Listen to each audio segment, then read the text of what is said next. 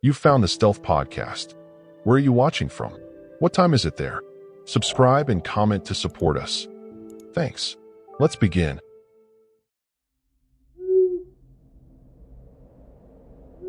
The most devastating mistake of my life was parking my van overnight in Brunswick, Georgia.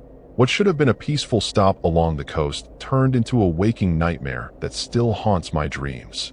I'm sharing this story as a warning to anyone who thinks the charming port city is just another quaint southern town. My overnight stay led to an encounter with a family-run operation that has been preying on travelers for generations, using the local seafood industry as cover for something far more sinister. I discovered their horrifying secret, barely escaped with my life, and in the process learned that sometimes the most dangerous predators aren't hiding in the shadows. They're serving you dinner with a smile. My name is Keisha Williams. I'm 33 years old, and I'm from Chicago. After 8 years working as a marketing executive, I quit my job, cashed out my 401k, and converted a Ford Transit into a mobile home to pursue my dream of becoming a culinary travel blogger. 6 months into my journey down the East Coast, I had built a modest following documenting local food scenes and cities off the typical tourist path. My followers loved my approach of finding family-owned restaurants and learning the stories behind regional specialties. What I never shared with them was how lonely the road could get, how the freedom of van life sometimes came with vulnerability that predators could sense. I arrived in Brunswick on a humid Tuesday afternoon, immediately drawn to the historic downtown and the promise of famous Georgia shrimp. After wandering the waterfront and taking photos of fishing boats returning with their daily catch, I spotted a small restaurant called Tidewater Traditions that wasn't in any of my research. It looked perfect, weathered clapboard exterior, handwritten specials board, and an older gentleman shucking oysters on the front porch who introduced himself as Harold Blackwell, fourth-generation owner. His weathered face lit up when I mentioned my food blog, and he insisted I come back for dinner, promising the freshest seafood experience in Georgia, with a peculiar emphasis I didn't register as important at the time. Harold was particularly interested in my van, asking detailed questions about where I was planning to park overnight. When I mentioned looking for safe overnight parking, he immediately offered the restaurant's back lot. "We keep it well lit and secure for deliveries," he explained, "and my family lives just upstairs, so there's always someone around." His kindness seemed genuine, and the offer was too convenient to refuse. After dinner, an admittedly exceptional seafood feast with flavors so unique I couldn't quite identify all the ingredients, Harold's daughter Morgan gave me a tour of their small processing facility attached to the restaurant. "Family secret," she said with a wink when I asked about the unusual taste in their signature dish. "Daddy says you're documenting traditional food methods for your blog. Maybe you'd like to see our special preparation room tomorrow? We only show it to special guests." When I returned to my van in their back lot, I found a gift basket hanging from my door handle. A bottle of homemade wine with a handwritten label reading Blackwell Special Reserve, and some house-made seafood spread with crackers. A note invited me to enjoy this nightcap and confirmed my private tour of their processing facilities at 5 a.m. before the day's catch arrives. I thought the early hour was odd, but assumed it was related to the fishing industry's pre-dawn schedule. That night, I sipped the sweet, strangely metallic wine while editing photos, feeling an unusual tingling sensation spread through my limbs as drowsiness overcame me faster than normal. My last conscious thought was realizing too late that accepting both parking and drinks from strangers had been a rookie mistake, one that might cost me everything. I woke to complete darkness, my head pounding with the worst headache of my life. Disoriented, I reached for my phone but couldn't find it. As my eyes adjusted, I realized I wasn't in my van anymore, but lying on a cold metal surface in what smelled like a refrigerated room. The air carried the unmistakable scent of fish and something more metallic, like copper or blood. When I tried to move, I discovered my wrists and ankles were secured with what felt like plastic zip ties. Panic surged through me as fragments of memories returned. The wine, the tingling sensation, the sudden drowsiness. I'd been drugged and moved, but to where? And why? A door opened, flooding the space with harsh fluorescent light that sent spikes of pain through my still-drugged brain. 3 figures entered: Harold, Morgan, and a younger man I hadn't met who shared their distinctive pale blue eyes. "She's awake earlier than expected," Morgan observed clinically, her friendly demeanor from the previous evening completely gone.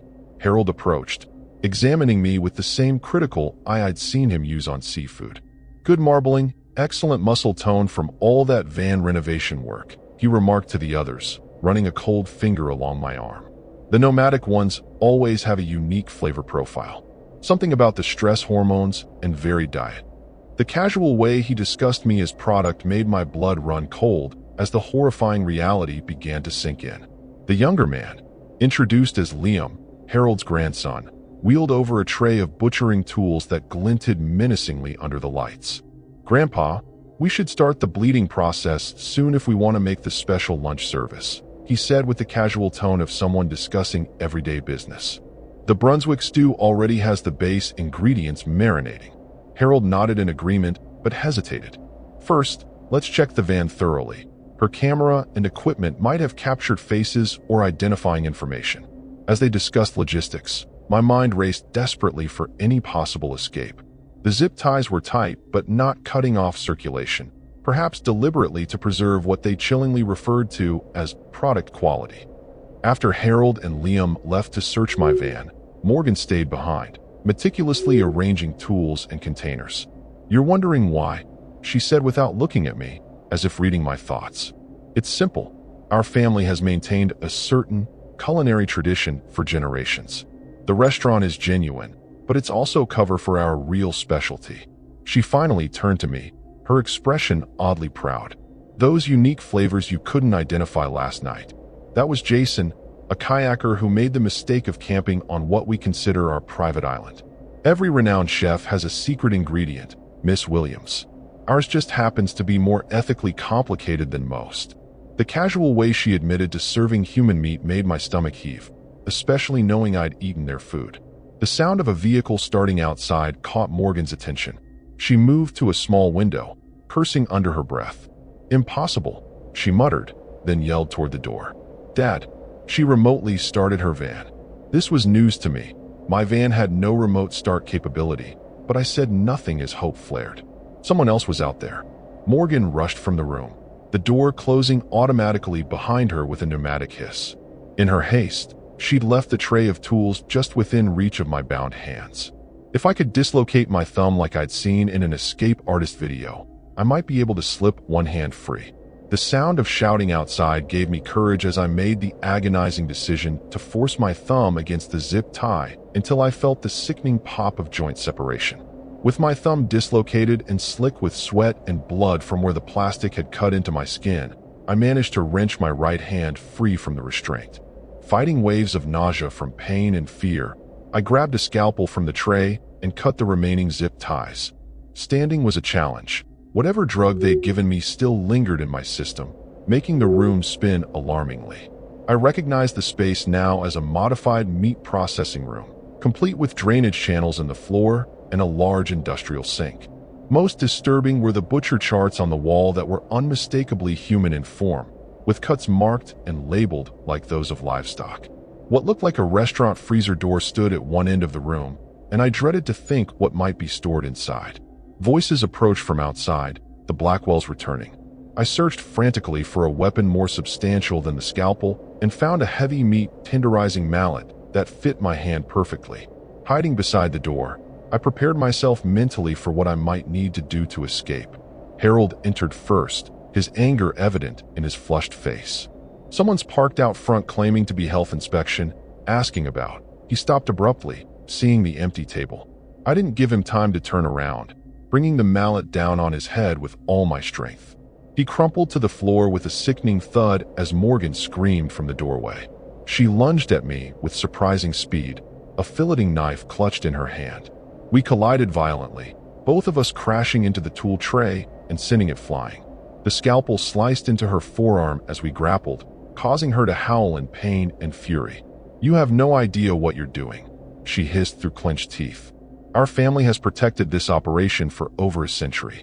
No one who learns about it leaves Brunswick alive."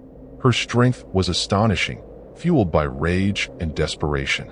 I managed to knee her in the stomach, creating just enough separation to scramble away, but not before she slashed the knife across my back, cutting through my shirt and into flesh.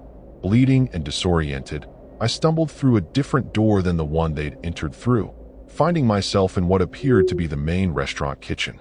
It was empty of staff, presumably early morning before regular business hours, but immaculately clean and normal-looking, betraying nothing of the horrors in the adjoining room. I could hear Morgan shouting for Liam, her voice echoing through the building.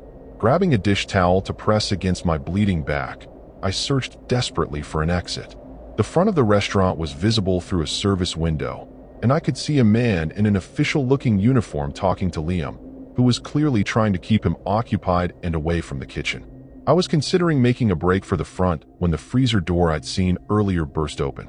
Harold emerged, blood streaming from his head wound, but very much alive, his eyes wild with a mixture of pain and murderous intent. 5 generations, he growled, advancing slowly as if concerned about spooking me. 5 generations we've maintained our family tradition, providing the finest specialty meat on the eastern seaboard. Politicians, judges, wealthy clients who pay top dollar for the unique experience. He was buying time, I realized, as Morgan appeared in my peripheral vision, trying to flank me. You could have simply been part of a meal, Harold continued, his voice almost regretful. Now you'll have to see the collection before we process you. He gestured toward the freezer door with a twisted smile. The special cuts we save from those who learn too much. The collection would remain a mystery I had no desire to solve. As Harold gestured toward the freezer, I grabbed a pot of boiling water from the stove and hurled it directly at his face. His screams were immediate and horrifying as the scalding liquid burned his skin. Morgan rushed to her father's aid, giving me precious seconds to bolt toward what appeared to be a delivery entrance at the back of the kitchen. Liam must have heard the commotion because he abandoned the health inspector and charged through the dining room toward me. I slammed through the delivery door into an alley behind the restaurant, the morning sun momentarily blinding me after the dim kitchen lighting. My van was nowhere in sight, likely moved to a less conspicuous location after they drugged me. Running on pure adrenaline now, I sprinted toward the front of the building where I'd seen the health inspector. If I could reach him, explain what was happening. The thought died as I rounded the corner and saw the inspector helping Liam load what were clearly my belongings into a nondescript van. Not a real inspector at all, another member of their operation.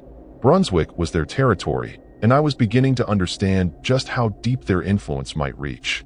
With no allies and no transportation, my only option was to run toward the more populated downtown area roughly half a mile away. I made it 3 blocks before hearing the engine of a vehicle in pursuit. A quick glance back revealed Harold's pickup truck gaining on me, Morgan at the wheel with a face contorted by rage, the false inspector beside her. I darted between buildings, using the narrow spaces between historic structures to my advantage. The truck couldn't follow, but I heard car doors slamming as they continued the chase on foot. My back was bleeding freely now, leaving a trail that would make me easy to track. The docks loomed ahead, bustling with early morning activity as fishing boats unloaded their catches and seafood processors began their day's work. People meant safety, or so I desperately hoped. Bursting onto the main dock area, I frantically searched for anyone who might help. Workers were everywhere, but something about their expressions as they noticed my bloodied appearance gave me pause. Instead of concern, I saw recognition, then deliberate disinterest as they turned away. "Help me," I screamed at a group of men unloading crates from a boat. "They're trying to kill me." One older worker finally looked at me directly, his expression grim. "You ate at Tidewater, didn't you?" he asked quietly. When I nodded, he cursed under his breath. "Those of us who know stay clear. Their reach goes back generations. Police, judges, half the businesses in town. They're coming now. Best I can do is not see which way you run next." He turned his back deliberately as Morgan and the fake inspector appeared at the edge of the dock area. With nowhere left to run on land, I made a desperate decision. A small fishing boat was idling at the end of the pier, the captain busy with paperwork in the wheelhouse. Without hesitation, I leaped aboard and untied the mooring lines. The captain looked up in shock as I slammed the wheelhouse door shut and locked it, the key fortunately still in the ignition. "What the hell?" he shouted, hammering on the glass as I turned the key and pushed the throttle forward. Having grown up near Lake Michigan, I'd learned basic boating as a teenager, enough to operate this simple vessel. The engine roared to life, propelling the boat away from the dock as Morgan reached the pier, her face a mask of frustrated fury. For the first time since waking on that metal table, I felt a glimmer of hope. The vast expanse of the Brunswick River opened before me, leading toward the Atlantic and possible escape. Freedom was short-lived. I'd barely navigated a quarter-mile downriver when I heard the unmistakable sound of another boat's engine behind me, gaining rapidly. Glancing back, I saw a sleek speedboat with Liam at the controls and the fake inspector bracing a shotgun against his shoulder. The fishing boat captain I'd left on the dock was nowhere to be seen, but I had no time to consider his fate as the first shotgun blast splintered wood near the wheelhouse. My stolen vessel was sturdy but slow, designed for coastal fishing rather than speed. The Brunswick River branched ahead, and I veered sharply into a narrower channel on pure instinct, hoping the more confined space might give me some advantage. The gamble partially paid off. The speedboat had to reduce velocity to navigate the tighter waterway, buying me precious time. The channel wound through a maze of salt marsh, tall grasses on either side obscuring visibility beyond a few yards ahead. I cut the engine to minimal power and steered into an even narrower offshoot, the boat barely squeezing between grassy banks. Behind me, I could hear Liam cursing as the speedboat was forced to slow further, unable to determine which of several possible channels I'd taken. For a moment, I allowed myself to breathe, to think beyond immediate survival. Even if I escaped, what then? The Blackwells clearly had deep connections in Brunswick. Who could I safely report them to? My deliberation was cut short as the boat's hull scraped bottom. I'd navigated into water too shallow for even this vessel. Stuck, and with the tide apparently going out, I had no choice but to abandon ship. I waded through knee-deep brackish water toward a hammock of higher ground visible through the marsh grass. The mud sucked at my shoes, nearly pulling them off with each step as mosquitoes swarmed in the humid air. From somewhere not far enough away came the sound of the speedboat's engine idling, then voices as they methodically began searching each channel. They knew these waters, I realized with sinking dread, had probably disposed of bodies in these very marshes for generations. I reached the small island of solid ground as the sun climbed higher, the Georgia heat intensifying by the minute. Dehydration would become a serious concern soon, as would infection from the knife wound on my back. Searching for any advantage, I found only a weathered wooden structure, some kind of abandoned fishing or hunting blind, offering minimal shelter and concealment. Inside was evidence of recent use: empty beer cans, cigarette butts, and more disturbingly, what appeared to be bloodstains on a plastic tarp. As I processed the implications, a voice called from just outside, causing my heart to stutter with terror. "We know you're in there, Keisha. There's nowhere left to run." The voice belonged to a woman I hadn't seen before, older than Morgan, with the same distinctive Blackwell eyes. She stood just yards away, unarmed but radiating a calm authority far more terrifying than Harold's rage or Morgan's frenzy. "I'm Catherine Blackwell, family matriarch," she introduced herself conversationally.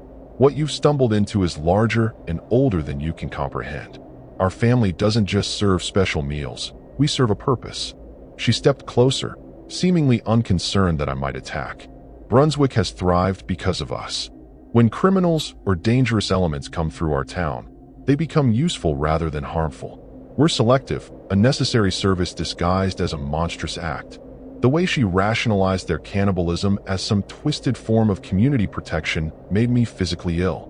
Catherine's monologue was a distraction, I realized too late, as figures emerged from the marsh grass behind me. Liam and two men I hadn't seen before, all holding hunting knives. "You've led us on quite a chase," Catherine continued. "Very impressive. That's why I'm offering you a choice most never get. Join our operation. Your culinary background and blog would be perfect cover for expanding our distribution." When I recoiled in horror, she sighed. "The alternative is becoming the special at tonight's private dinner. Either way, your van will be found abandoned near the Florida border, another victim of highway crime." As they closed in, a thunderous sound split the air, a helicopter appearing suddenly overhead, its downdraft bending the marsh grass. Through a loudspeaker came the unmistakable announcement: "FBI, everyone on the ground now." The aftermath unfolded like scenes from a nightmare. The fishing boat captain I'd abandoned, actually an undercover FBI agent, had triggered an emergency signal when I stole his boat. The health inspector had indeed been fake, but not part of the Blackwell operation, rather another agent whose cover had been blown. The Bureau had been investigating a pattern of disappearances along the Georgia coast for years, with the Blackwell family as primary suspects, but had never gathered enough evidence for a raid until my blog inadvertently documented my entire interaction with them, automatically uploading photos and location data to a cloud server even after my phone was taken. The full extent of the Blackwell operation proved more horrifying than even my experience suggested. Beneath Tidewater traditions, investigators discovered an elaborate facility for processing victims, along with records dating back nearly a century. The freezer collection contained preserved organs and trophies from dozens of victims. Most disturbing were the customer logs, prominent names from politics, business, and law enforcement who had knowingly participated in their cannibal feasts for years. The investigation expanded to other coastal communities, revealing a network of similar operations using the seafood industry as cover. I've spent 2 years in witness protection, providing testimony that helped convict 17 members of the extended Blackwell family and their operation. Psychological recovery has been slower than physical healing, particularly knowing that some of their customers remain unidentified, walking free. Sometimes I still wake up tasting that metallic note from the drugged wine, or feeling phantom pain from the butcher table's cold surface against my back. The Brunswick case, as it's now known in FBI circles, revealed a darkness hiding in plain sight. Families passing down predatory behavior through generations, communities turning blind eyes to protect economic interests, and the vulnerable population of nomadic travelers providing perfect prey. My van was eventually recovered and returned to me, but I've never gone back to van life. Some freedoms come with costs too high to bear, and some roads are better left untraveled.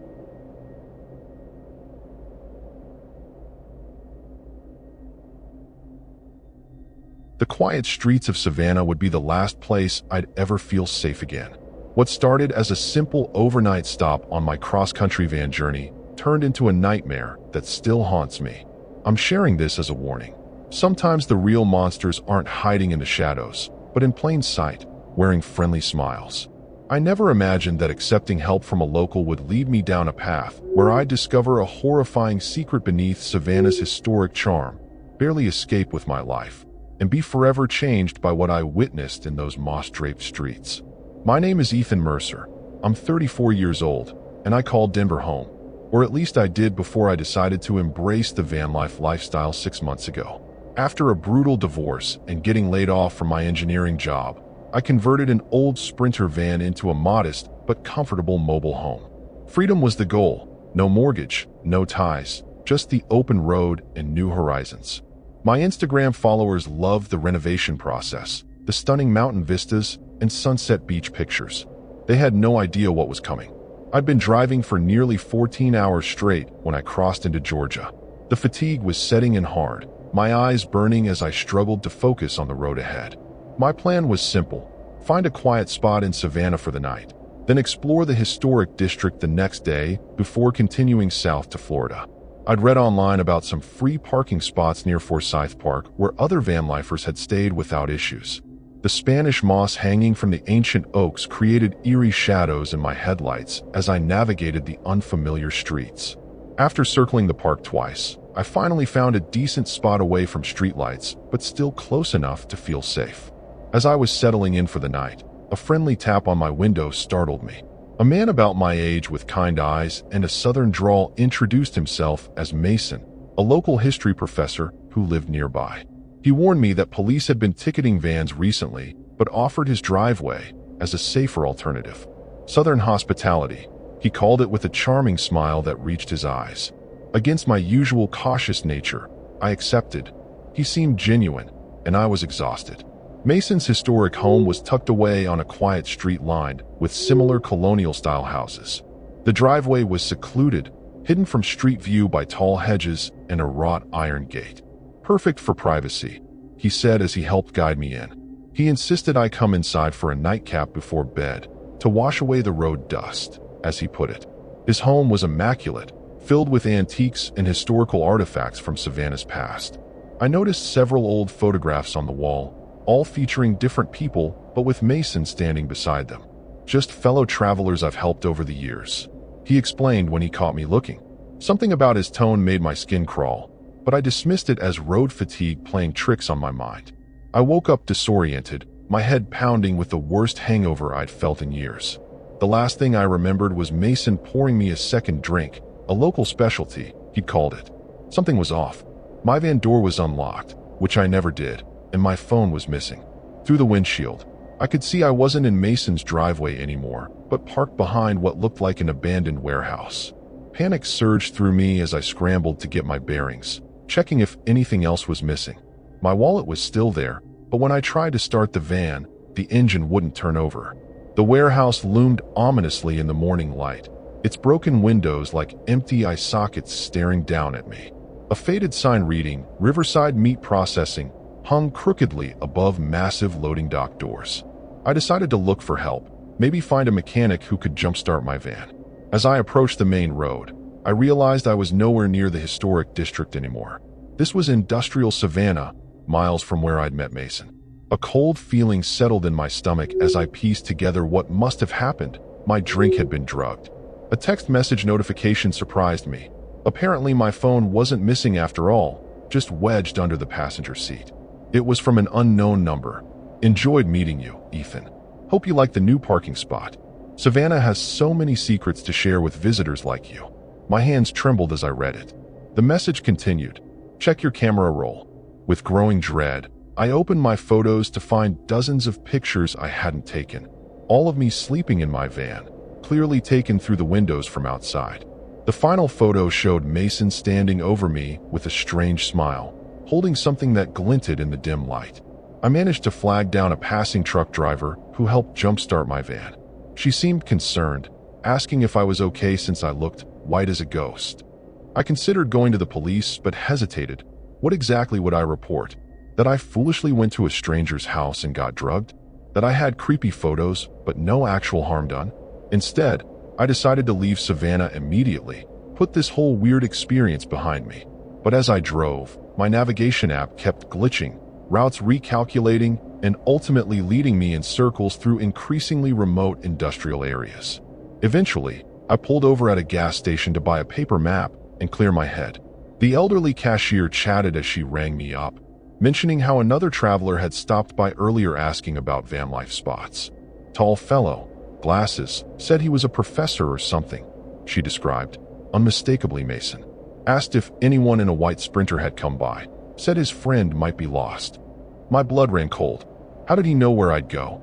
As I hurried back to my van, I noticed a small black disc magnetically attached under the wheel well, a tracking device. This wasn't random. I was being hunted. The realization that Mason was tracking me changed everything. I pried the device off and crushed it under my boot, hands shaking with both fear and anger. Back in my van, I pulled out of the gas station and drove aimlessly, constantly checking my mirrors for any sign of pursuit. The sunny Savannah day suddenly seemed threatening, every passing car a potential danger.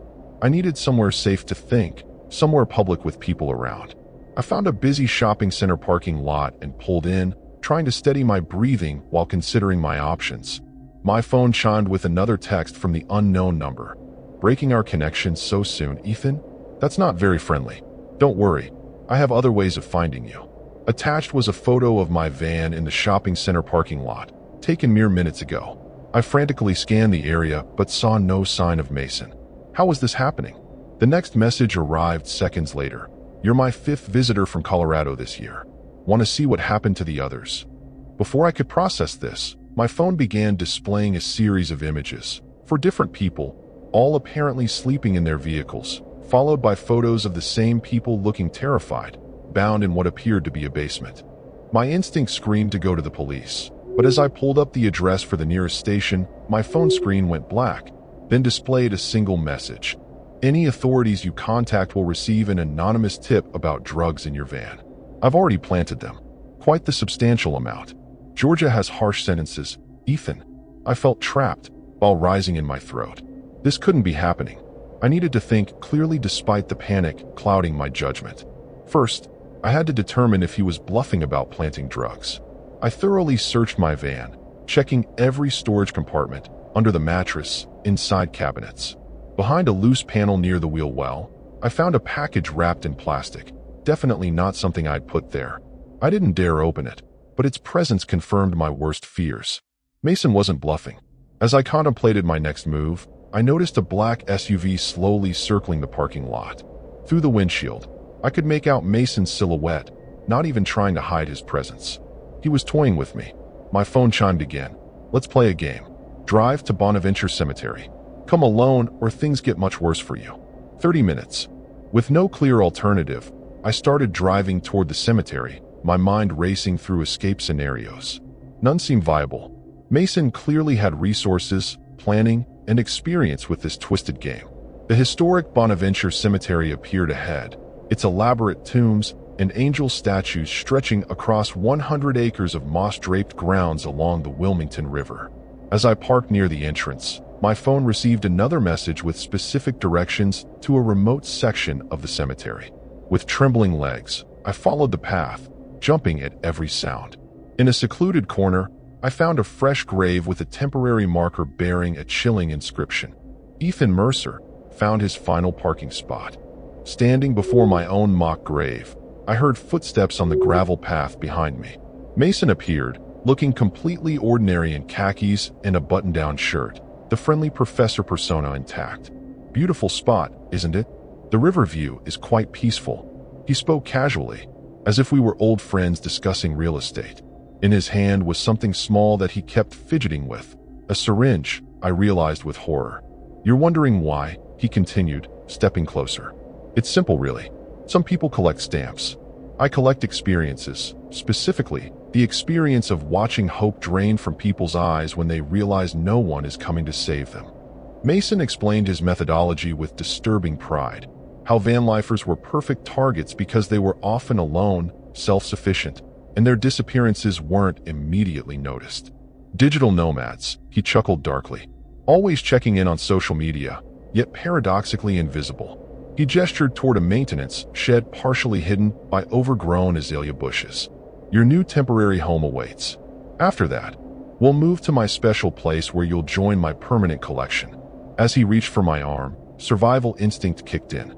I shoved him hard, catching him off guard and sending the syringe flying into the underbrush. I ran blindly through the cemetery, weaving between elaborate tombs and ducking under low-hanging Spanish moss. Mason's enraged shouts echoed behind me. No one escapes. No one. I had no plan beyond putting distance between us, my lungs burning as I pushed myself to keep moving. The cemetery was massive, disorienting with its winding paths and identical-looking sections. Behind me, I heard Mason speaking to someone on his phone. He wasn't working alone. The realization hit me like a physical blow. Looking back cost me precious seconds as I tripped over a protruding tree root, crashing hard onto a stone path. Pain shot through my ankle as I scrambled to my feet, limping now but refusing to stop. I reached the cemetery's perimeter wall and followed it desperately, searching for an exit. My phone vibrated, another message from Mason. Backup is coming from both gates. You've made this much more interesting than usual. I spotted a maintenance ladder leading to the top of the wall and forced my injured body to climb. From the top, I saw a 15-foot drop to a marsh area below. No choice. I jumped, landing hard in knee-deep muddy water, the impact sending shockwaves of pain through my injured ankle and up my spine. Wading through the marsh toward what appeared to be a residential area beyond, I heard dogs barking in the distance. They were bringing and tracking dogs. The sun was setting rapidly, darkness becoming both my enemy and potential ally. I reached solid ground and limped through a neighborhood, desperately looking for help but terrified of approaching anyone. What if they were connected to Mason? My phone's battery was nearly dead, and I'd lost all sense of direction. In the distance, I heard sirens, but were they coming to help or hunt me?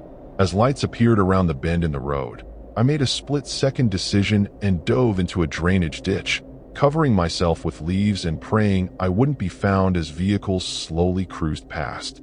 Night fell completely as I huddled in the ditch, listening to the occasional car pass by. When I finally dared to move, my entire body screamed in protest. My phone was completely dead now, leaving me truly alone with no way to call for help. I needed to find my van and get out of Savannah immediately.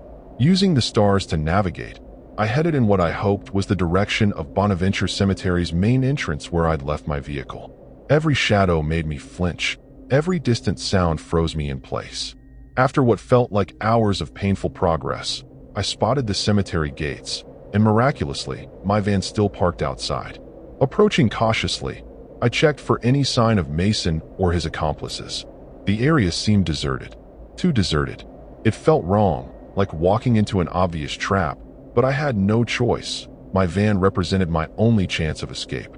I reached it without incident and fumbled for the hidden magnetic key case under the chassis.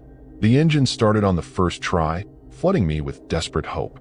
I pulled away from the cemetery, taking random turns through Savannah's outskirts, constantly checking my mirrors. No headlights followed me.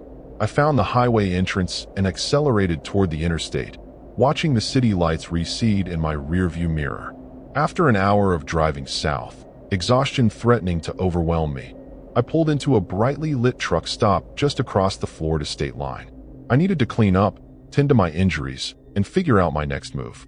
In the restroom mirror, I barely recognized myself, mud-caked, wild-eyed, with a nasty gash on my forehead I hadn't even noticed getting.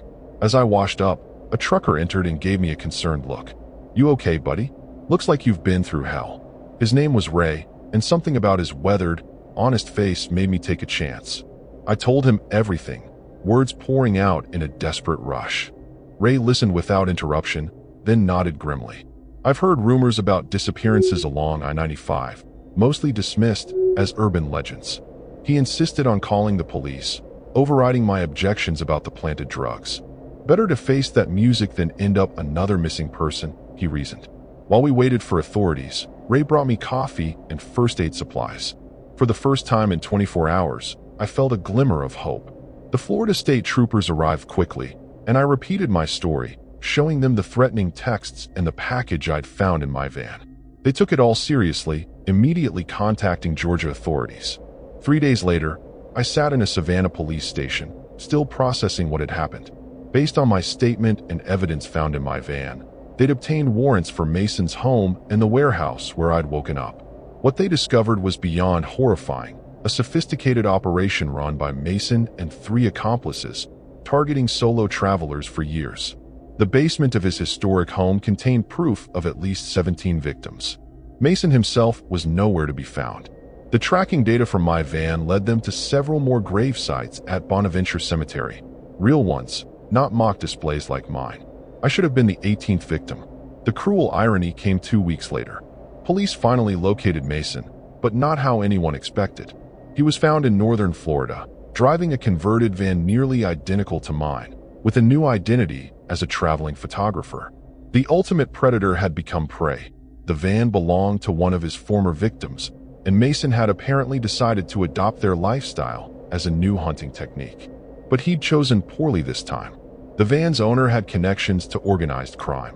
People who noticed their friend missing and tracked the vehicle's GPS. Mason's body was discovered in a remote swamp, subjected to the same methodical torture he'd inflicted on others. The official investigation continues, but I know the truth. In stealing another predator's territory, the hunter became the hunted. I've sold my van. Some roads are better left untraveled.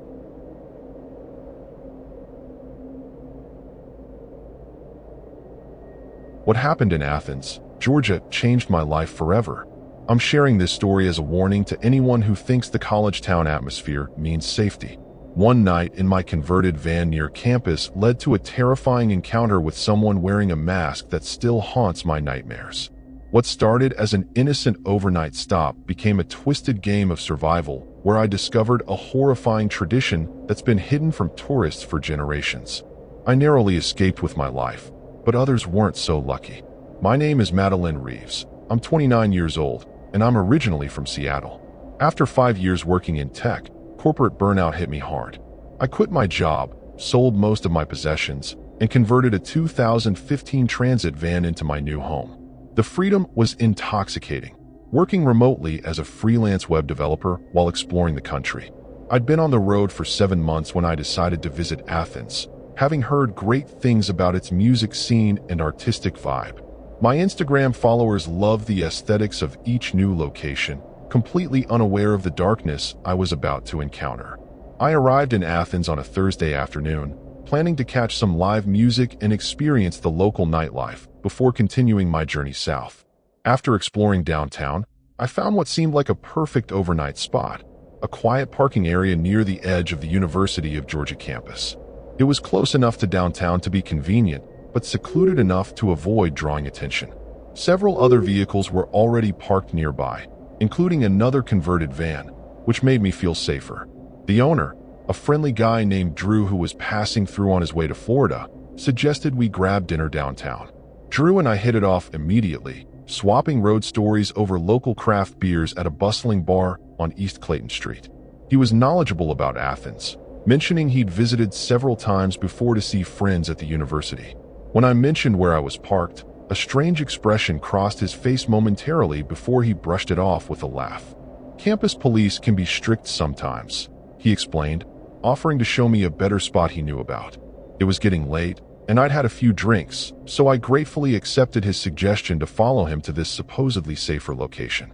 The new spot was in a wooded area just off College Station Road, near what Drew said was university property, but rarely patrolled. Perfect for stealth camping, he assured me with a smile that didn't quite reach his eyes. Something felt off, but I dismissed it as paranoia from too many true crime podcasts. Before saying goodnight, Drew mentioned a local tradition. If you hear knocking on your van tonight, it's just students playing pranks. Best to ignore it completely.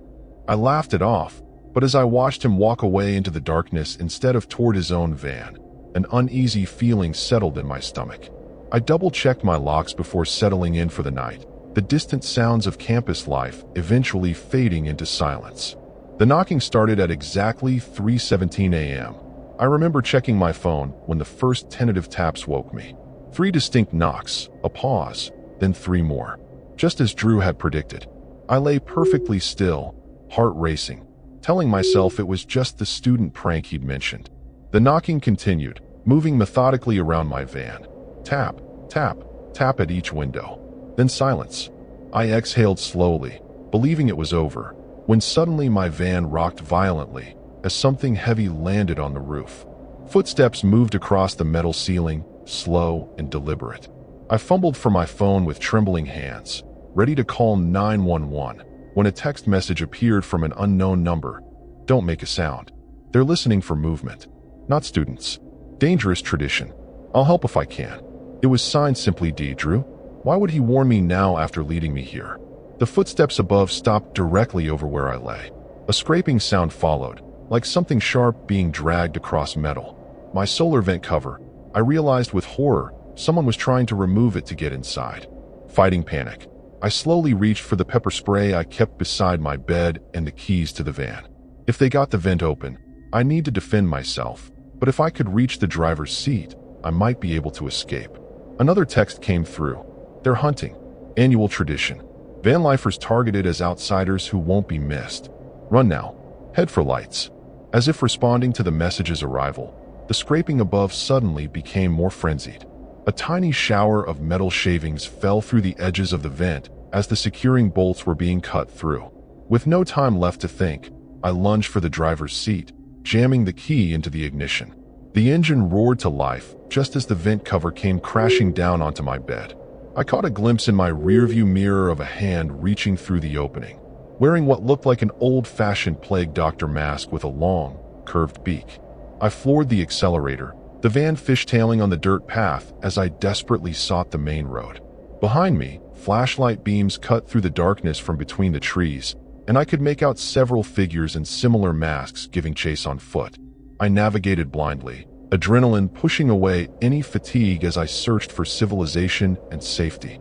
My headlights illuminated a sign for College Station Road, and I turned sharply toward where I remembered downtown being located. My phone rang, the display showing unknown caller. Desperate for help, I answered on speaker. Where are you? Drew's voice came through, sounding breathless. I tried to warn you. They do this every year, the hunt. Traditional families. Power players in Athens. They're in vehicles too, searching the roads. Get to public space with cameras. police station on Lexington Road. Go. The call cut off abruptly, and in my rearview mirror, I saw headlights appear, gaining speed. The pursuing vehicle was closing fast, an expensive black SUV with tinted windows. I pushed my van to its limits, the engine protesting as I swerved through empty streets. My mind raced almost as quickly as my heart. Who were these people? Why were they after me? The SUV rammed my back bumper, the impact sending me lurching forward against my seatbelt. My van wasn't built for speed or maneuverability, and my pursuer clearly knew the streets better than I did. I needed to find people, witnesses, cameras, anything to make these masked hunters back off. I spotted the bright lights of a 24-hour gas station ahead and swerved into the parking lot, honking frantically. The SUV didn't follow, but instead cruised slowly past on the street, the driver impossible to see behind tinted windows. Inside the store, the clerk looked up from his phone with annoyed disinterest as I burst in, frantic and babbling about being chased. "You need to call the police," I insisted, but he just shrugged. "Happens every year around this time," he muttered. "College pranks. Nobody ever gets hurt. Usually." His casual dismissal struck me as bizarre until I noticed a small pin on his vest, the same plague doctor mask symbol I'd seen on my pursuers. "You're one of them," I whispered, backing away toward the door. The clerk's expression hardened. "Not me personally. My family doesn't rank high enough to participate, but I know better than to interfere." He pointed to cameras mounted in the corners of the store. "Those are just for show, not connected to anything." A cold smile spread across his face. "You've got about 3 minutes before they come in after you. Store policy is I take a break at 3:45 a.m., right about now." He stood, stretched, and walked toward the back room without a backward glance, leaving me alone in the store. Through the glass doors, I could see 3 vehicles now parked across the lot. The black SUV joined by a luxury sedan and a pickup truck. Figures in those distinctive masks were emerging, some carrying what looked like hunting implements, long staffs or poles with curved ends. My phone buzzed with another text from Drew. "They're hurting you. Gas station is a trap. Side door by bathrooms. I'm behind building with motorcycle." 30 seconds. I didn't know if I could trust him, but with masked hunters approaching the front doors, I had no choice. I darted toward the bathroom hallway, finding an emergency exit as promised. Shoving through the door set off an alarm, but it hardly mattered now. Drew was there, helmet already on and motor running on a sleek black motorcycle. "They're after me too now," he shouted over the engine. "Get on." As I climbed behind him, the exit door burst open, revealing 2 masked figures. One raised what looked like a crossbow, taking aim as Drew gunned the engine. We shot forward into the darkness as something whistled past my ear, missing us by inches. Drew took us down winding back roads at breakneck speed, eventually pulling into an abandoned warehouse miles from where we'd started. "We need to hide," he explained grimly. "The hunt doesn't end until dawn, and they don't limit themselves to vanlifers when they're angry." The warehouse was pitch black inside, our only light coming from Drew's small flashlight. "I discovered this place last year," he whispered as we made our way through dusty corridors. "I was their target then too, managed to survive the night, but I've been studying them since, trying to gather evidence." He led me to a makeshift living space tucked away in what must have been an old office, sleeping bag, water bottles, protein bars, and most importantly, a laptop connected to a portable satellite internet device. "They're called the Athenian Order," Drew explained, pulling up files of newspaper clippings dating back decades. "Founded in 1785 when the university was chartered. Every year they hunt outsiders as some twisted ritual to protect Athens from outside influence." Drew's research was extensive. Patterns of disappearances, police reports filed but mysteriously dropped, obituaries of accident victims who were likely hunt targets. The participants are Athens elite, old money families, influential university board members, local politicians. They're untouchable. He showed me photos taken with a telephoto lens, masked figures gathered in what appeared to be a ceremonial meeting at a stately antebellum mansion. "I've been documenting everything, planning to release it all publicly, but I need more concrete evidence. Tonight was a setup. I needed to confirm a pattern by seeing if they'd target another vanlifer in the same location. I'm sorry I put you in danger." His confession hit me like a physical blow. "You used me as bait?" I hissed, anger temporarily overriding fear. Before Drew could respond, the distant sound of vehicles approaching silenced us both. Headlights swept across the high windows of the warehouse. They'd found us. Drew grabbed my arm and pulled me toward a hidden trapdoor in the floor. Maintenance tunnels, he explained hurriedly. They run all through this industrial district. It's our only chance. The space below was tight and claustrophobic, smelling of mildew and rust. We had barely pulled the trapdoor closed when the warehouse door crashed open above. We crawled through the narrow tunnels, the sounds of searching footsteps and voices echoing from above. Drew led the way with his flashlight kept dim, whispering instructions at each junction. After what felt like hours of tense progress, we emerged from a drainage outlet near the North Oconee River. The eastern sky was just beginning to lighten, dawn approaching. "We're almost safe," Drew murmured. "The hunt ends at sunrise. Tradition dictates they can't continue once day breaks." As if to mock his words, a spotlight suddenly illuminated us from across the river, and the unmistakable sound of hunting horns filled the air. "Run!" Drew shouted, shoving his backpack containing his laptop into my hands. "Get this to the media. Athens Banner Herald office downtown." He sprinted in the opposite direction, drawing the attention of our pursuers. I hesitated only a second before racing along the riverbank toward the lights of downtown Athens, Drew's precious evidence clutched against my chest. Behind me came shouts and the sound of pursuit, but they seemed focused on Drew rather than me. Then came a sound that froze my blood, a single crossbow shot, followed by a splash. I didn't look back, couldn't look back, as tears blurred my vision. The weight of Drew's sacrifice and the evidence in my arms pushed me forward as the first true rays of sunlight crept over the horizon. I reached the Athens Banner Herald building as the city was waking up, disheveled and wild-eyed, clutching Drew's backpack like a lifeline.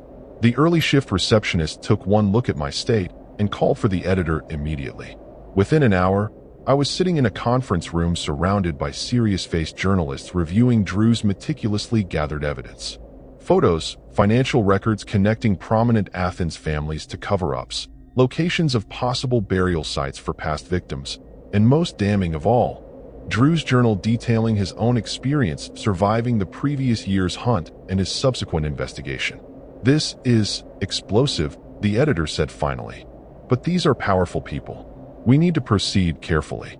The decision was made to secure me in a hotel under a false name while they verified Drew's evidence and prepared the story.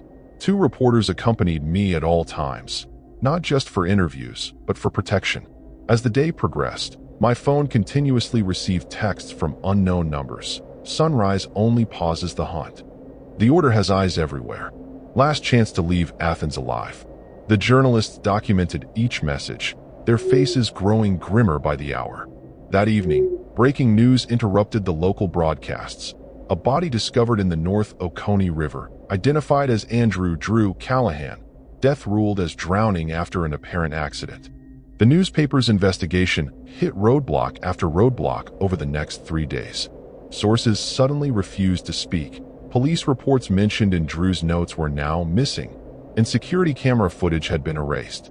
The editor received threats against his family, and the newspaper systems suffered sophisticated cyber attacks. I watched helplessly as the story Drew died for began to unravel under the weight of powerful opposition. On the 4th morning, I woke to find my hotel room door ajar despite the deadbolt and chain being engaged. On the bathroom mirror, written in what looked disturbingly like blood, "Sunrise only pauses. Never cancels." That was when I made my decision. With the help of one loyal journalist who believed the story needed to be told regardless of consequences, I fled Athens with copies of Drew's evidence. We drove nonstop to Atlanta, where we met with contacts from a national news network and the FBI. Unlike the local authorities, they took the allegations seriously, particularly when combined with similar patterns they'd been tracking across college towns in the South. The journalist returned to Athens to continue the investigation from within, while federal agents escorted me to a safe house to await the outcome of their investigation. 6 months later, I watched from an undisclosed location as federal agents raided several prominent Athens properties simultaneously. The charges were extensive: conspiracy, kidnapping, multiple homicides spanning decades, obstruction of justice, corruption. Many of Athens' most respected citizens were led away in handcuffs, their masked identities finally exposed to the light of day. Drew's evidence had been the missing piece in a much larger investigation. As I followed the news coverage, my phone buzzed with a text from an unknown number, the last I would ever receive from them. The hunt always continues. Some traditions never die. I've changed my name since then, abandoned the van life that I once loved. But I still keep Drew's Plague Doctor pin that I found in his backpack as a reminder. Sometimes at night, especially around 3:17 a.m., I still check my locks when I hear any sound that might be knocking.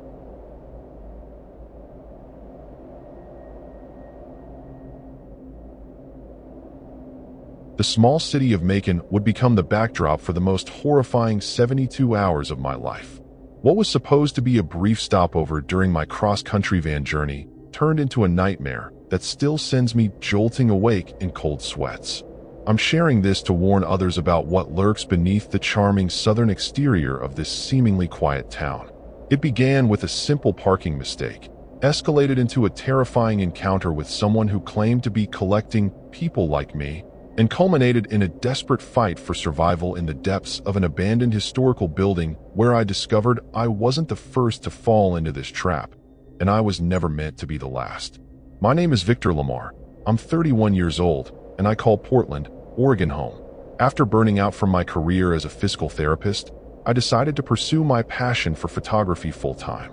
I converted a Mercedes Sprinter into a comfortable mobile studio and living space and set out to document America's forgotten places. 6 months into my journey, I'd built a modest following online who enjoyed my photography of abandoned buildings and remote landscapes. None of them could have predicted how my artistic interest in decay and forgotten history would nearly cost me my life. Macon wasn't originally on my itinerary, but the promise of its historic architecture and the famous oak mulgee mounds drew me in for what I planned as a 2-day visit. I arrived late afternoon, the October sun casting long shadows across the antebellum homes and red brick buildings downtown. After grabbing dinner at a local restaurant where the waitress warned me about staying in proper tourist areas, I decided to find a quiet spot to park for the night. Following tips from a Vanlife forum, I headed toward the Oak Mulgee River, where apparently other travelers had safely parked near the Heritage Trail. As I settled in for the night, I noticed another vehicle parked about 50 yards away. Not a van, but an immaculate vintage Airstream trailer that looked out of place in the informal riverfront parking area. Its gleaming silver surface reflected the moonlight, and warm light glowed from behind its curtained windows. Just as I was about to turn in, a knock came at my door. A woman introduced herself as Eleanor, the owner of the Airstream, explaining she was a local history professor documenting stories of travelers. Her academic demeanor and genuine interest in my photography project made me let my guard down. "You simply must photograph the Hay House tomorrow," she insisted, her eyes brightening with enthusiasm. The most spectacular Italian Renaissance building in Macon, with an interesting history of disappearances that never made the official tour. Eleanor's knowledge of local history was impressive, and we talked late into the night. She mentioned that the city had a strange relationship with outsiders, especially those just passing through. When I mentioned the waitress's warning, Eleanor nodded knowingly. "Macon has always been protective of its secrets," she said, her tone shifting slightly. "Some families here can trace their lineage back to the city's founding, and they've developed peculiar ways of maintaining what they call the natural order." As she left, she handed me an antique key with an ornate design. "A little-known side entrance to Hay House," she explained. "For serious photographers only. The best architectural details are in areas closed to the public." Looking back, I should have recognized the predatory gleam in her eyes when she added, "You'll find things inside that no one else has captured before." Dawn broke with an unsettling fog hanging over the river, shrouding my van and the surrounding area in a ghostly haze. The Airstream that had been parked nearby was gone without a trace, as if Eleanor had vanished into the mist. I felt a momentary unease but dismissed it, excited about the prospect of photographing Hay House with special access. After a quick breakfast, I drove downtown to the imposing Italian Renaissance mansion that stood in stark contrast to the other historic buildings around it. Rather than joining the gathering tour group at the main entrance, I circled around to a side garden where I found a weathered door partially hidden by overgrown ivy, perfectly matching the antique key Eleanor had given me. The key turned with surprising ease, as if the lock had been recently oiled despite the door's aged appearance. Stepping inside, I found myself in a dimly lit service corridor that clearly wasn't part of the regular tour route. The air felt unusually cold and stale, carrying the faint scent of something chemical beneath the expected mustiness of an old building. I set up my camera, capturing the play of light through dust particles and the interesting textures of peeling wallpaper in the forgotten passage. Moving deeper into the house, I discovered rooms absent from the floor plans displayed in the visitor center. Small chambers with peculiar modifications, reinforced doors, unusual drainage systems in the floors, and walls that seemed suspiciously soundproofed. In what appeared to be a former study, I found a leather-bound ledger hidden behind a loose panel. Curiosity overwhelming my growing sense that something was wrong, I carefully opened it to discover meticulous records dating back decades. Names, dates, and entries like specimen number 147, male, 34, photographer from Washington, followed by clinical notes about retention period and processing. A chill ran down my spine as I realized many entries described travelers, hikers, and people who matched the Vanlife profile, outsiders passing through Macon who likely wouldn't be missed immediately. The most recent entry caught my eye. Specimen number 212, male, 31, photographer from Oregon, followed by today's date. My hands trembled as I closed the ledger, suddenly aware of the soft click of a door locking somewhere in the distance. My phone showed no service, and the growing awareness that I'd walked into a carefully laid trap made it difficult to breathe. I needed to get out immediately. Retracing my steps to the side entrance, I found the door now locked from the outside, the key I'd used no longer fitting the changed mechanism. Panic rising, I tried to control my breathing and think rationally. If this was truly a trap, there had to be a reason Eleanor had sent me here specifically. Was I being watched? I scanned the corners of the ceiling, finally spotting small, modern cameras disguised to blend with the historic molding. Looking for another exit, I moved through the mansion methodically, testing windows, all barred or sealed, and doors, all locked, while avoiding the areas where I heard voices from what must have been the regular tour groups. In a back hallway, I discovered a service elevator that appeared functional, its brass controls gleaming as if regularly maintained despite the otherwise period-accurate restoration. With no better options, I pressed the call button. The elevator creaked into motion, ascending from somewhere below ground level. When the doors finally opened, my blood froze. Inside was not an empty car, but a small table holding a folded note addressed to me by name. The message was simple. The collection awaits its newest edition. Proceed to the basement level. Behind the note sat my own camera bag, which I'd left in my securely locked van that morning. The elevator doors suddenly closed before I could retreat, and I felt the car begin its descent with no input from me. Frantically pressing buttons yielded no response. I was being taken down against my will. The car moved past the ground floor, past what must have been a conventional basement, continuing deeper than the building should have allowed. When the doors finally opened, I found myself in a clinically bright hallway that contrasted sharply with the historic architecture above, modern concrete walls, fluorescent lighting, and an antiseptic smell that barely masked something more disturbing beneath. At the end of the hall stood Eleanor, no longer in casual clothes, but wearing what appeared to be medical scrubs under an antique-looking apron stained with suspicious dark patches. "Welcome to the Real Hay House collection, Victor," she said pleasantly, as if greeting me at a gallery opening. "Few outside the founding families know about this facility. We've been operating since 1859, though our methods have certainly modernized." She gestured for me to follow, seemingly unconcerned that I might attempt to flee. The reason became clear as two large men in similar attire emerged from alcoves behind me, blocking any retreat to the elevator. "The collection requires diverse specimens," Eleanor continued as we walked, her academic tone now chilling rather than engaging. "Travelers have always been ideal, different backgrounds, various physical conditions, no immediate connections locally. You nomadic van dwellers are particularly perfect, already disconnected from conventional society." The hallway opened into a larger space that stole my breath, a circular room with glass-fronted chambers arranged like a macabre gallery. Inside each, a person stood completely motionless, eyes open but vacant, bodies maintained in lifelike poses. Some appeared recent, others showed signs of extensive preservation techniques. Eleanor noticed my horror and smiled. Our ancestors began with simple taxidermy, but we've developed more sophisticated methods of preservation. The living collection is our pride. Specimens maintained in a conscious but completely controlled state, aware but unable to move. Most last about 5 years before deterioration begins. She approached one chamber containing a young woman whose van I recognized from Instagram. A fellow traveler who had mysteriously stopped posting 6 months ago. Why? I managed to ask, fighting waves of nausea and terror while desperately scanning for any escape route. Eleanor's expression shifted to something almost evangelical. Macon's founding families discovered something in the soil near the ancient mounds, a substance that, when refined properly, enables us to experience the essence of others. Their memories, talents, emotions, all can be extracted and experienced by those who know the method. It's quite addictive, I must admit. She caressed the glass, separating her from the immobilized woman. We take only those who won't disrupt the social order by disappearing. Every great city is built on sacrifice, Victor. Ours is simply more purposeful.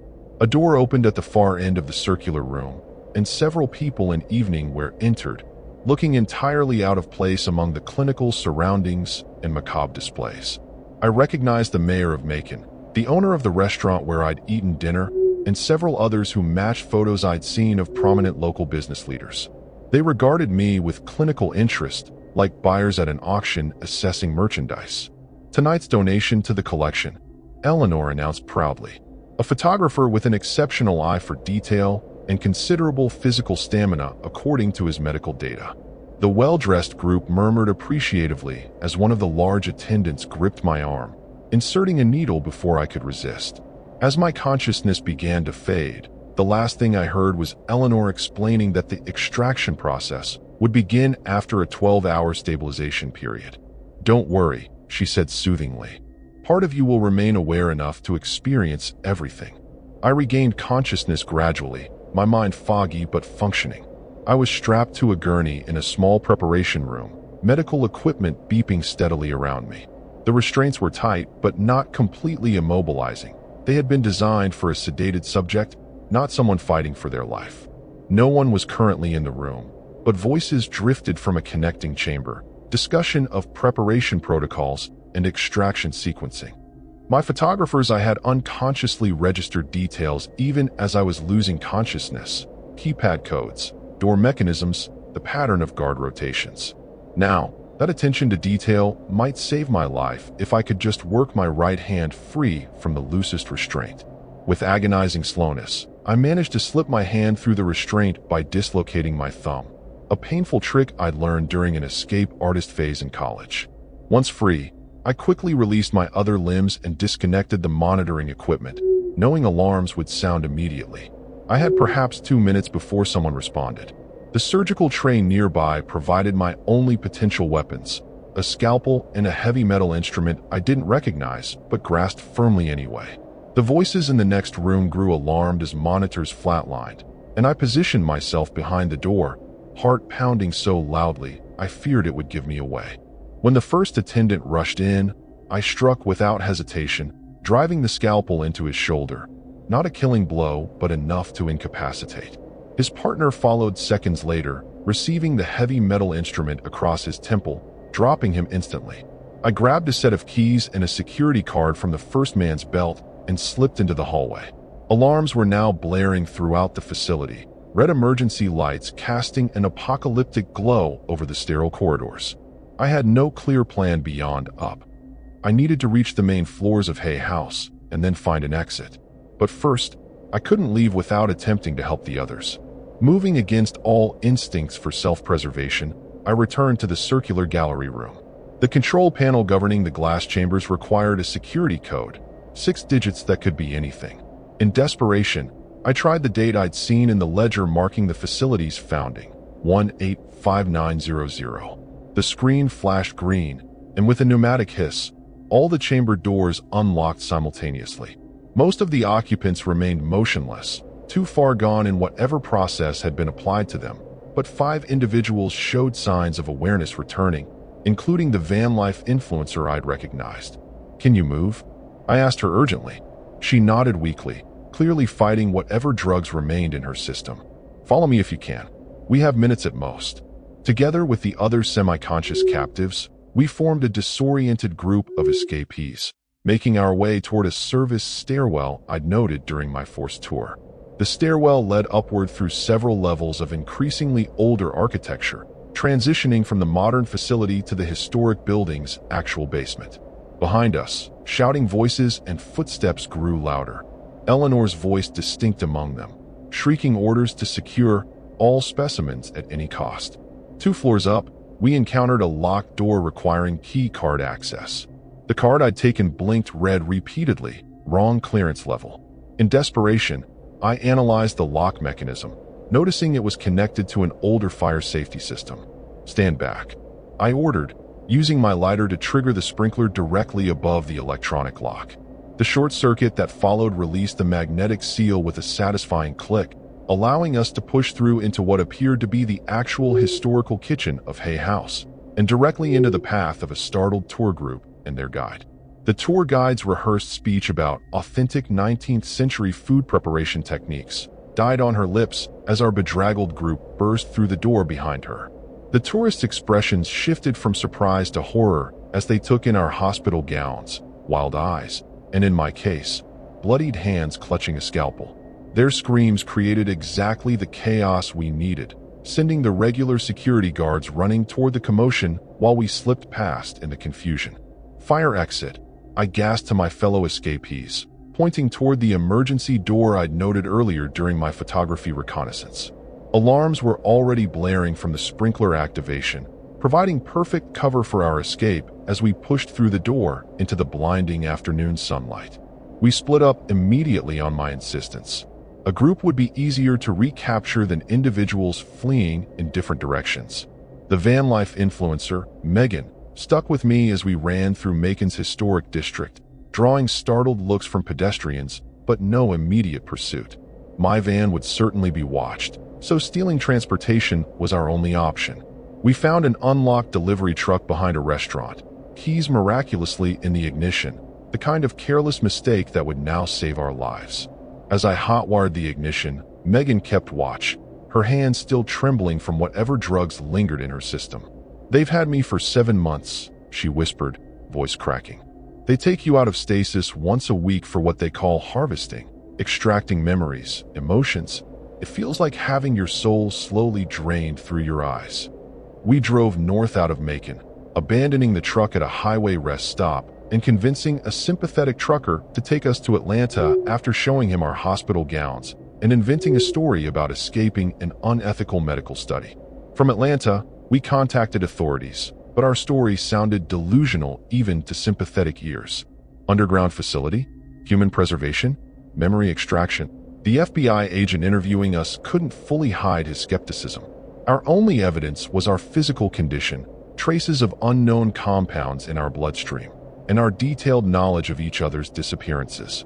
A preliminary investigation of Hay House revealed nothing unusual. No secret elevator, no basement facility, not even the side entrance I'd used.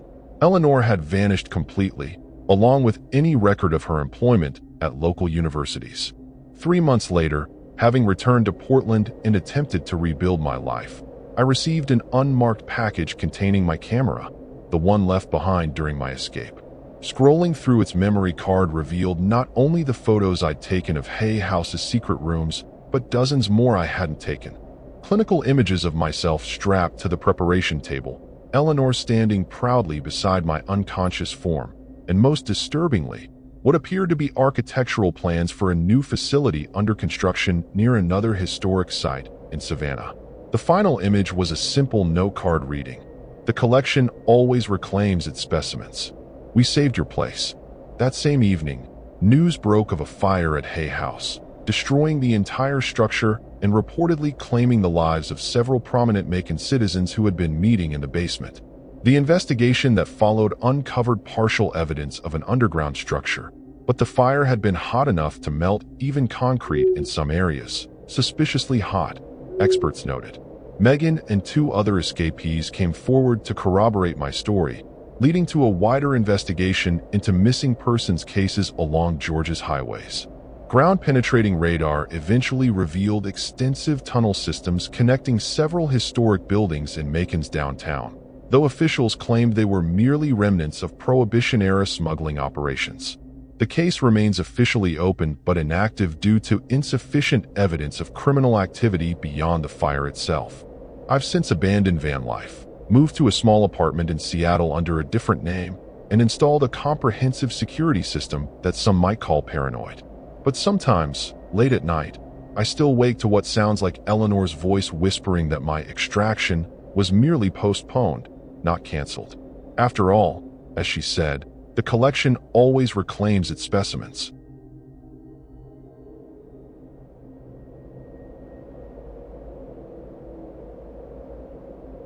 I never thought my dream of living on the road would turn into a nightmare. What started as a peaceful overnight stay in Savannah's historic district led to a terrifying game of cat and mouse with a local who seemed friendly at first, but harbored sinister intentions. The charming city streets that drew me in became a maze of terror, as I discovered too late that sometimes the most dangerous predators are the ones who offer help when you're lost. My name is Eliza Mercer. I'm 32 years old, and until recently, I called Tucson home. That was before I sold most of my possessions, bought a 2010 Sprinter van, and converted it into my dream tiny home on wheels. 6 months of renovations, installing solar panels, building a compact kitchen, and creating a cozy sleeping area, and I was finally ready to explore the country. Savannah wasn't initially on my itinerary, but when a fellow Vanlifer I met in Charleston raved about its beauty and free parking spots, I couldn't resist. The Spanish moss hanging from ancient oak trees created eerie silhouettes as I drove into the city just before sunset. The historic district was bustling with tourists, horse-drawn carriages, and locals enjoying the mild October evening. I found a quiet spot to park near Forsyth Park, away from the main tourist areas, but still within walking distance of everything I wanted to see. The van's stealth features, blackout curtains, and minimal external modifications meant I could blend in with other parked vehicles. No one would suspect someone was living inside. After settling in for the night, I decided to take a walk and explore the area. Savannah's famous squares were illuminated by old-fashioned street lamps, casting long shadows across cobblestone pathways. A local tour guide was leading a ghost tour, recounting stories of the city's haunted past to wide-eyed tourists. I lingered at the edges of the group, listening to tales of tragic deaths and restless spirits. When I returned to my van around 11 p.m., a man was leaning against a car parked nearby. "Beautiful night, isn't it?" he remarked casually, his voice startling me. He introduced himself as Marcus, a local photographer who often captured the city after dark. Something about his friendly demeanor put me at ease, and when he offered to show me some hidden gems of Savannah tomorrow, I found myself agreeing to meet him the following evening. I woke to knocking on my van window. Panic surged through me as I peered through a tiny gap in my blackout curtains. A police officer stood outside, flashlight in hand. My heart pounded as I slipped on a sweater and opened the door. "No overnight parking in this area, ma'am," he said firmly. "You'll need to move along." He watched as I climbed into the driver's seat, giving me a warning before walking back to his patrol car. Finding another spot proved challenging. I eventually settled on a quiet street bordering one of Savannah's less touristy neighborhoods. The area felt different, abandoned storefronts, fewer streetlights, and absolutely no tourists. My instincts whispered caution, but I silenced them. One night wouldn't hurt, and I'd move somewhere better in the morning. Later that day, while exploring Colonial Park Cemetery, I spotted Marcus taking photos. He waved enthusiastically, asking about my plans. When I mentioned being forced to move, his face clouded with concern. "That area is not safe for overnight stays," he warned. "My brother owns a private lot near the river. You can park there tonight, completely legal and safe." His offer seemed like a stroke of luck, and I gratefully accepted, agreeing to follow him there after dinner. We met at a local cafe as planned, but something felt off. Marcus kept checking his phone, his easy smile replaced by nervous glances. When I asked if everything was okay, he brushed it off, mentioning family drama. As we walked back to our vehicles, I noticed a newspaper on a nearby bench with the headline, "Third Tourist Disappears from Historic District." The article mentioned a potential serial predator targeting visitors. Following Marcus's truck through increasingly unfamiliar streets, doubt crept in. We were heading away from the river, into an industrial area with abandoned warehouses. When he finally pulled into a fenced lot beside a dilapidated building, alarm bells rang in my head. This wasn't a safe haven. It was isolated and perfect for something sinister. But when he stepped out smiling, holding up a key to the gate, I pushed my suspicions aside. What choice did I have? "This place has been in my family for years," Marcus explained as he unlocked the rusty gate. The lot was surrounded by high walls, with only one entrance, the gate we'd just passed through. I parked my van as directed, in a corner partially hidden from street view by overgrown shrubs. "You'll be safe here," he assured me, handing me a gate key. No cops, no disturbances. After Marcus left, I secured my van and tried to relax. The industrial silence was occasionally broken by distant trains and the unnerving howl of wind through broken windows in the neighboring warehouse. I couldn't shake a growing unease. Why had Marcus been so insistent I park here specifically? Why this hidden corner? Seeking distraction, I browsed local news on my phone, freezing when I saw updated details about the missing tourists. All had been communicating with a local photographer before vanishing. Around midnight, headlights swept across my curtains. Through a small gap, I watched Marcus's truck return. He wasn't alone.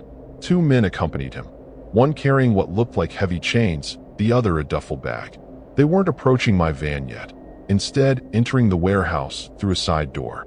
Heart racing, I realized I needed to escape, now. Crawling to the driver's seat, I prepared to start the engine when my phone lit up with an incoming call. "Marcus." I declined it, hands shaking. Seconds later, a text. "Everything okay? Thought I heard your van start." He was listening for me. Another text followed. "Just checking on you. Why don't you come into the warehouse? There's something interesting I want to show you." The warehouse door opened again, Marcus emerging alone, phone in hand, eyes scanning the lot until they fixed on my van. He approached slowly, his friendly demeanor replaced by something predatory. "Eliza," he called softly. "I know you're awake. Don't be rude. We've prepared everything for you." "Prepared what?" I fumbled for my keys, accidentally knocking them to the floor. As I reached down, my elbow hit the horn, a short, betraying blast that made Marcus smile. "There you are," he whispered. I lunged for the keys, jammed them into the ignition, and fired up the engine. Marcus sprinted toward me, his face contorted with rage. The other men burst from the warehouse, one carrying what looked horrifyingly like a bone saw. I slammed the van into reverse, crushing the overgrown shrubs behind me, then shifted to drive, heading straight for the gate, the only way out. The gate was locked, the key Marcus gave me now seeming like an obvious fake. I had seconds to decide, crash through or be trapped. Accelerating, I aimed directly at the gate, praying my van could withstand the impact. Metal screamed against metal as the gate partially gave way, creating a narrow opening. The van scraped through with a horrible grinding sound, paint and metal peeling away as I forced it through the gap. Marcus and his accomplices were in his truck now, headlights blinding me as they pursued through Savannah's deserted industrial district. I frantically navigated unfamiliar streets, hoping to reach the populated historic area where witnesses might deter them. My phone rang repeatedly, Marcus calling, then texting, "You're only making this worse. We just want to talk." Another message followed with a photo that made my blood freeze. Previous victims, their faces captured in moments of terror. A wrong turn led me down a dead-end street. Marcus's truck blocked the only exit, headlights illuminating my trapped van. I scrambled to the back, grabbing a hammer I'd used for renovations. When they approached, I'd fight, but against 3 men, my chances were slim. Then I remembered the emergency exit I'd built, a concealed hatch in the van's floor, designed as an escape route if someone tried to break in while I was sleeping. As they surrounded my van, I slipped through the hatch, rolling beneath the vehicle.